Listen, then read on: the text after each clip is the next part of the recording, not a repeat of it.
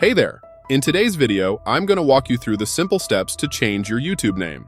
So, first things first, click on your profile icon located at the bottom right corner of the screen. Then, click on your profile picture icon. Now look for the pen icon and give it a click. Here, you'll find your current YouTube name. Now, it's time to make the change.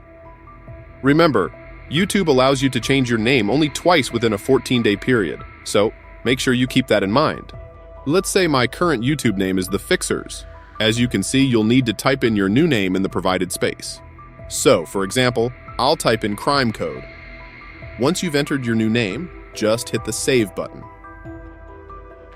Alright, now take a look. Our name has been successfully changed. But wait, we're not done yet. To see the change in action, simply refresh your YouTube channel.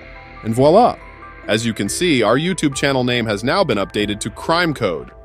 Thanks for watching. If you found this video helpful, please consider subscribing for more awesome content. See you next time.